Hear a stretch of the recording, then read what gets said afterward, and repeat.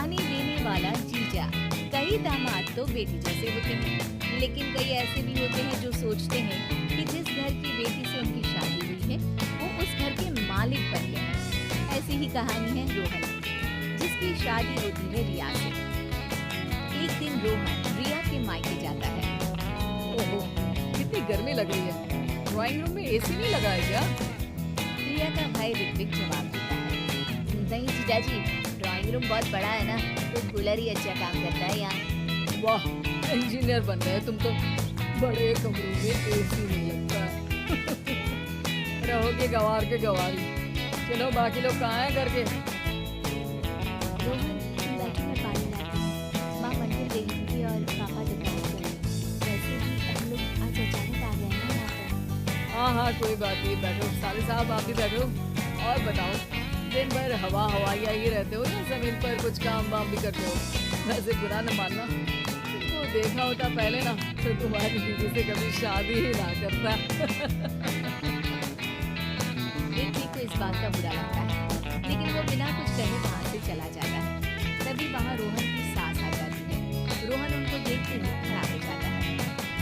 अरे मम्मी जी, ले आया हूँ आपकी बेटी को। रखो अब 2-4 दिन, फिर मत कहना कि बेटी को भेजो, बेटी को भेजो। बड़ी मुश्किल हो जाती है वहाँ पर। अरे बेटा, बिटिया अपने घर तो आएगी ही, खासकर एक शहर में है तो क्यों नहीं। अरे तो फिर शादी क्यों की? रहती रहती घर पर ही। सास को रोहन की बात अजीब लगती है, लेकिन दामाद जो ठहरा, बोलती भी तो बोलती क्या। अच्छा मजाक कर लेते हो बेटा, कहता है छोड़, चाय नाश्ता लगाती हूँ। अरे ना मम्मी जी ना, चाय नाश्ता वाला दामाद नहीं हूँ मैं। बहुत काम है, चलता हूँ। वैसे भी गर्मी बहुत है आपके घर। ये बोलकर रोहन वहाँ से चला जाता है। रोहन की सादत से परेशान तो सभी होते हैं, लेकिन घर का दामाद होने के कारण कोई उसे कुछ नहीं कहता। एक दिन रिया और रोहन एक नया घर लेते हैं, जहाँ गृह प्रवेश की पार्टी होती है। सभी के साथ रिया के मायके वाले भी वहाँ आए होते हैं। अरे ऋत्विक, कैसे हो? कई लोगों के सामने रोहन ऋत्विक यानी कि अपने साले से हाल चाल पूछता है। ठीक हूँ मैं जीजाजी, आप सुनाइए। हम सुनाते नहीं, दिखाते हैं।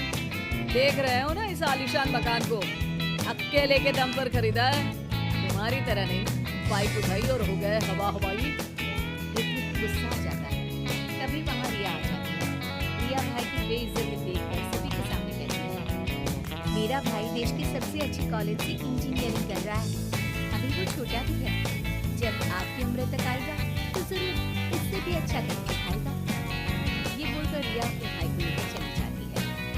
दिन और साल बीतते जाते हैं और अब ऐसा दिन आता है जब रोहन की बहन राधिका की शादी होती है एक बड़े ही संपन्न घर के प्रशांत के साथ। रोहन रिया के माता पिता से कहता है, देखा, मेरी बहन की शादी कितने बड़े घराने में हुई है। प्रशांत एक बड़ा ही सुशील और संस्कारी लड़का है, बिल्कुल मेरे जैसा। आप लोगों को भी ऋत्विक को अच्छे संस्कार देने चाहिए थे। अब देखिए, आप लोगों को कितनी परेशानी है। रिया की माँ क्या कहती, हाँ आप ठीक कह रहे हैं दामाद जी। तभी वहाँ प्रशांत आ जाता है। अरे रोहन, ये चाबी लो, मेरी कार को जरा साइड में पार्क कर दो। राधिका जिद कर रही थी, भाई भाभी को देखने का मन कर रहा है, वो आ गया, वरना छोटे घरों में तो मेरा दम घुटता है। सास के सामने प्रशांत का इस तरीके का व्यवहार रोहन को सक पका देता है। अरे ये क्या, जो रोहन ऑलराउंडर और परफेक्शन से भी ज्यादा परफेक्ट है, उसे कोई और दबा गया। हाँ, क्यों नहीं, बैठो बैठो। मैं तो खुद रिया से कह रहा था कि घर छोटा है, बड़ा ले लेना चाहिए। अरे नहीं, तुम जितना कमा रहे हो उतने में तो यही घर मेंटेन कर लो, वही बहुत है। ऐसा ना हो कि बड़ा घर ले लो, खर्चा उठा ना पाओ और आ जाओ हमारे पास पैसे मांगने। वैसे बुरा न मानना, गली भी पतली है और मेरी कार ना थोड़ी ज्यादा लंबी है। जाओ जल्दी से लगा कर आओ। रोहन मरता क्या न करता, चला जाता है। रिया की माँ को ये देखकर अच्छा तो नहीं लगता, लेकिन फिर ये भी सोचती है कि रोहन के सामने कोई तो सवा सिर आया। थोड़ी देर बाद ऋत्विक भी वहाँ आ जाता है। चलो माँ, अब चलते हैं, मेरा काम हो गया। हाँ बेटा। राधिका भी आई है, सोच रही हूँ उससे मिल लूं। तभी बाहर से रोहन भी आ जाता है। अब रोहन, ऋत्विक और प्रशांत एक जगह होते हैं जहाँ प्रशांत ऋत्विक से बात करता है। अरे तुम रिया भाभी के भाई हो ना? कपड़े तो बहुत अच्छे लग रहे हैं तुम्हारे। डिजाइनर वेयर है क्या? जी, मुझे ये डिजाइनर ही पसंद है। वैसे पढ़ाई क्या कर रहे हो तुम? मैं वालिया कॉलेज से इंजीनियरिंग कर रहा हूँ। अरे वाह, उस कॉलेज में तो एडमिशन ही नहीं मिलता। वहाँ से निकलो तो जिंदगी सेट हो जाती है। बाकी एक ये है रोहन साहब, पता नहीं कौन सा कॉलेज बता रहे थे। भाई पैसे वैसे देकर तो डिग्री नहीं ले ली ना। रोहन के पैरों के नीचे से जमीन खिसक जाती है। नहीं नहीं, वो कॉलेज पास था तो इसलिए। अरे वो तो तुम्हारे चेहरे से ही दिखता है, काम काज में अनाड़ी और कामचोर, वरना इतने साल की नौकरी के बाद कहाँ पहुँचे? कहीं नहीं। ऋत्विक रोहन की बुराई सुन नहीं पाता। देखिए प्रशांत जी, आप बड़े हैं और सम्मानजनक स्थान रखते हैं, लेकिन इसका मतलब ये नहीं कि आप मेरे जीजा जी की बुराई करें, वो भी उस लेवल की। हमने अपनी बहन की शादी उनसे कराई है, तो ये बुरे और गलत कैसे हो सकते हैं?